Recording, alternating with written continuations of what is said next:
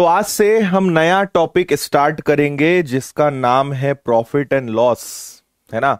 Maths का बहुत ही धमाकेदार चैप्टर जिसको बोलते हैं लाभ हानि, प्रॉफिट एंड लॉस। ठीक है, बेसिक चीजें हम समझेंगे इसमें क्या क्या होती हैं, रेशो का क्या सिस्टम रहेगा, परसेंटेज का क्या सिस्टम रहेगा, सारी बातों पे चर्चा करेंगे और उसके बाद फिर चैप्टर स्टार्ट करेंगे।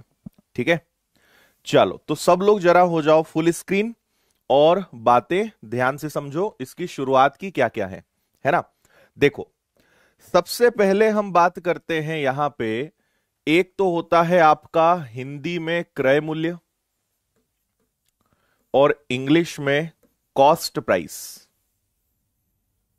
ठीक दूसरा होता है विक्रय मूल्य, या इसको हम कहें तो सेलिंग प्राइस। सेलिंग प्राइस, ठीक है। और तीसरा होता है अंकित मूल्य, जिसे बोलते हैं मार्क्ड प्राइस। अंकित मूल्य या मार्क्ड प्राइस, तीन चीजों का यहां पे खेल होता है। हाँ, अच्छा डॉक्टर जैसे लग रहे हो, चलो हमारा सपना भी डॉक्टर बनना था, आज पूरा कर दिया तुमने। ठीक है, देखो क्रय मूल्य हमेशा कितना परसेंट होता है? क्रय मूल्य हमेशा 100% होता है। एक बात है ना। अब सवाल यह होता है, पहले तो इन चीजों को हम समझें।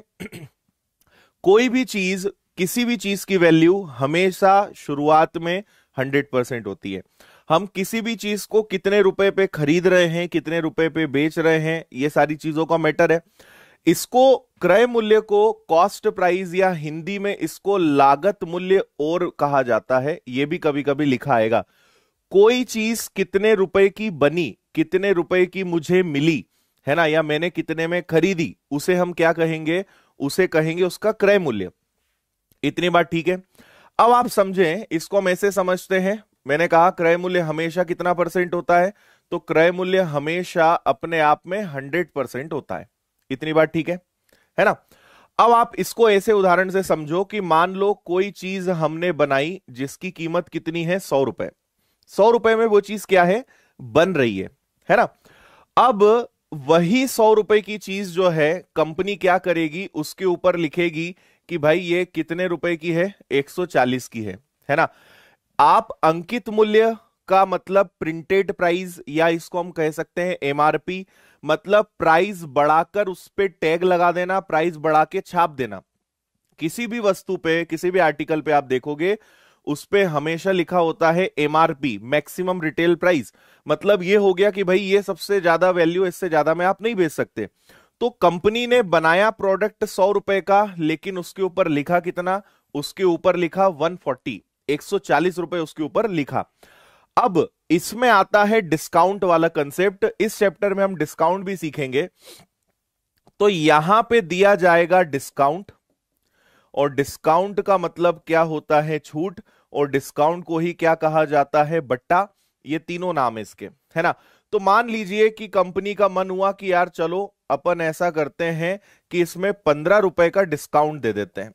तो 15 रुपए का डिस्काउंट दे दोगे तो आप उसी चीज को कितने में सेल करोगे? 125 में सेल करोगे। तो आपसे अगर मैं पूछूंगा कि बताइए यहां प्रॉफिट कितने का हुआ, यहां लाभ कितने का हुआ, प्रॉफिट कितने का हुआ, तो आप कहोगे सर 25 का यहां पे प्रॉफिट हुआ। और यहां डिस्काउंट कितने रुपए का दिया गया? तो 15 रुपए का यहां पे डिस्काउंट दिया गया। आई क्या बात समझ में इतनी भाई? हाँ, समझ गए। किसी भी चीज को कितने रुपए में हम खरीद रहे हैं वो आपका हो गया क्रय मूल्य। उसके ऊपर हम कितना छाप रहे हैं, कितना उसकी वैल्यू को हम लिख रहे हैं, वो है मार्क्ड प्राइस। और फिर इस पे हम देंगे डिस्काउंट, और डिस्काउंट के बाद जो प्राइस डिसाइड होगा that is called selling price, उसे हम कहेंगे उसका विक्रय मूल्य, है ना। तो हमेशा ध्यान रखिए कि जब भी डिस्काउंट की बात आएगी तो डिस्काउंट का रिलेशन मार्क्ड प्राइस और सेलिंग प्राइस में होता है ना। क्योंकि आप प्राइस बढ़ा के डिस्काउंट देते हो, बेसिक कंसेप्ट होता है ना। और अगर प्रॉफिट या लॉस की बात होगी, भाई प्रॉफिट होगा तब भी, और अगर लॉस हानि होती है तब भी, ये हमेशा किसके बीच में देखा जाएगा? ये हमेशा कॉस्ट प्राइस और सेलिंग प्राइस के बीच ही देखा जाएगा, है ना। इसी चीज को हम क्या कर सकते हैं? इसी चीज को हम कर सकते हैं परसेंटेज में। आप इसको परसेंटेज में ले सकते हो कि भाई कोई चीज 100% की है, मैंने इस पर प्राइस बढ़ा के इसको 150% कर दिया, और फिर मैंने कुछ डिस्काउंट देके इसको मैंने जो है 120% में बेच दिया। तो यहां पे इनके बीच का डिफरेंस होगा डिस्काउंट, और इनके बीच का डिफरेंस क्या होगा? प्रॉफिट या लॉस। बस ये मेन बात है। इतनी बात समझ में आई या नहीं आई? अच्छा जी, धन्यवाद धन्यवाद, थैंक यू। ओके है, ठीक है, समझ गए, है ना। अब हमें इसके बाद क्या सोचना है? ये तो हो गई एक बात, है ना। बाकी चीजें मैं आपको अभी बहुत ज्यादा नहीं बताऊंगा, क्वेश्चंस के माध्यम से धीरे धीरे चीजें मैं आपको सिखा दूंगा। एक और छोटी सी बात मैं आपको बता देता हूं कि यहां पे इस चैप्टर में हम और क्या करने वाले हैं। लेट्स एज्यूम कि कोई चीज 25,000 की है ना, 25,000 की है, और मैं इस पर 20% का प्रॉफिट लेना चाहता हूं, 20% का लाभ लेना चाहता हूं। तो इसे कितने रुपए में बेचा जाए, इसका सेलिंग प्राइस क्या हो? बहुत आसान सा क्वेश्चन मैंने पूछा है, सिर्फ समझना। आप में से हर बच्चा इसको कर लेगा, लेकिन मैं इसलिए नहीं बता रहा हूं कि इसका आंसर बताना है, आपको मैं बता रहा हूं कि सॉल्व कैसे करना है। देखिए, हम जानते हैं हर चीज अपने आप में 100% होती है, और अगर उस पे हमें 20% प्रॉफिट चाहिए तो ये इसका क्रय मूल्य है। पहला तरीका ये होता है कि आप 25,000 का 20% निकाल लो। 25,000 का 20% होता है 5,000। तो मैं इस 25,000 की चीज पर 5,000 का प्रॉफिट ले लूंगा, यानी मैं इसे कितने में सेल करूंगा? इसे 30,000 में सेल करूंगा। इतनी बात ठीक है, एक तरीका। दूसरा, हम क्या कर सकते हैं कि भाई 25,000 की चीज है, मैं 20% प्रॉफिट लेना चाहता हूं, तो मुझे पता है कि हर चीज 100% होती है, और मैं इस पे 20% का प्रॉफिट लेना चाहता हूं, यानी मैं इसे कितने परसेंट में बेचूंगा? मैं इसे 120% में बेचूंगा, 120% में मैं इसको बेचूंगा। तो 25,000 का 120% निकालोगे तो डायरेक्ट कितना आ जाएगा? डायरेक्ट आ जाएगा 30,000, डायरेक्ट आ जाएगा आपका 30,000। ये बात समझ में आई या नहीं आई? है ना। पहला तरीका कि हम डायरेक्ट 20% निकाल, अलग से निकालो और ऐड कर दो, है ना। 5,000 का प्रॉफिट लेंगे, ऐड करके वो क्या बना देंगे? 30,000। दूसरा तरीका कि हम इस पे 120% निकालकर ऐड करेंगे, तो आंसर कितना आ जाएगा? आंसर 30,000। दोनों चीजें हम कर सकते हैं, ठीक है। अगला, अगर इसी चीज को आप बोलोगे कि सर इसको रेशो से कैसे करें, इसको अनुपात से कैसे करें, तो फिर सुनिए। आपको पता है कि 20% की फ्रैक्शन वैल्यू होगी 1/5। अब इस चैप्टर में क्या होगा? ये जो 5 होगा इसको कहेंगे कॉस्ट प्राइस, और ये 1 होगा इसको कहेंगे प्रॉफिट या लॉस, है ना।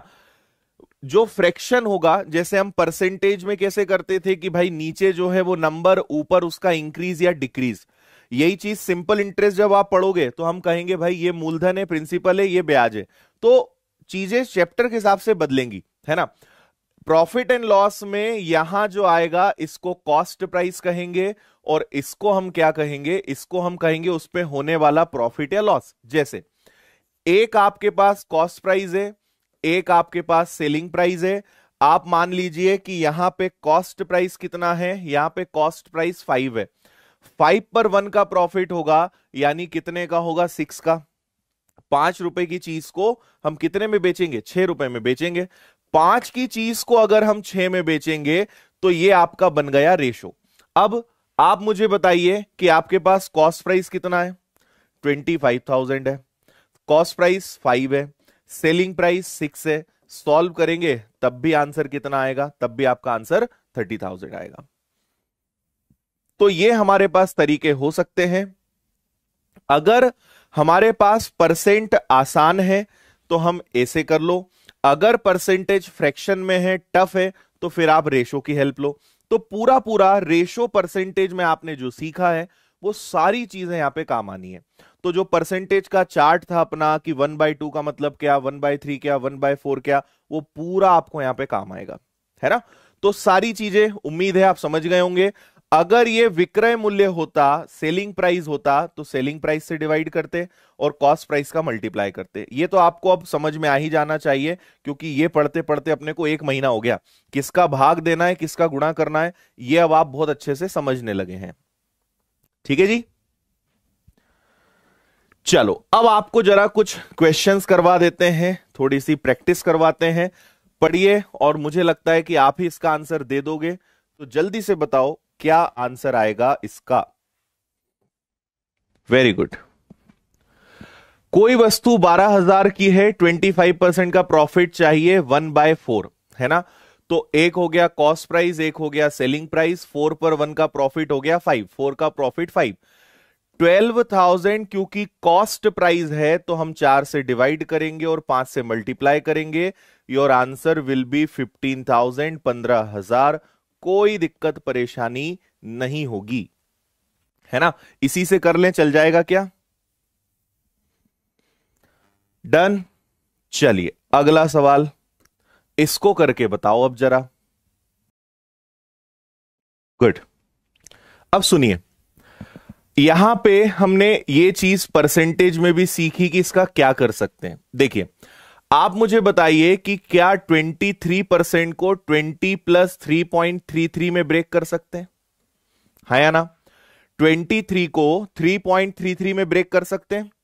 20% का मतलब होता है 1/5 और 3.33%, 3.33% का मतलब क्या होगा, मुझे बताओ कि 33.33% का मतलब होता है 1/3।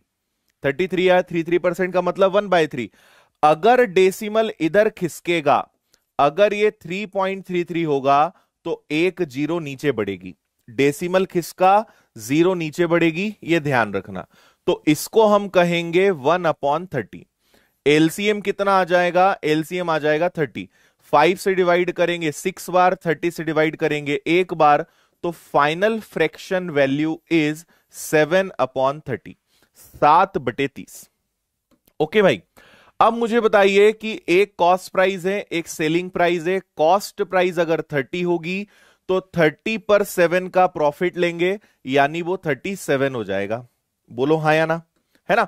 अब मुझे बताइए कि 12,000 कॉस्ट प्राइस है, तो क्या मैं 30 से डिवाइड करूंगा, और सेलिंग प्राइस पूछा है, विक्रय मूल्य पूछा है, तो इससे मल्टीप्लाई करेंगे। तो ये हो जाएगा आपका 400 बार, और इसको अगर मैं सॉल्व करूंगा तो 8 कैरी हो जाएगा 2 और 14,800। This is the final answer, 14,800। बताइए, ठीक है।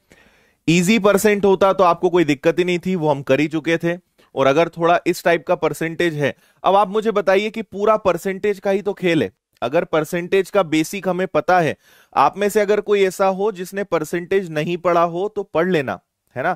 क्योंकि परसेंटेज के बिना ये चैप्टर बड़ी दिक्कत जाएगी। एटलीस्ट शुरुआत की 2-3 क्लासेस तो देखी हुई होनी चाहिए, अगर पूरा चैप्टर नहीं भी पढ़ा है तो। लेकिन बिना परसेंटेज और रेशो के ये चैप्टर नहीं होने वाला, है ना। जिन्होंने नहीं पढ़ा है याद से पढ़ लीजिएगा।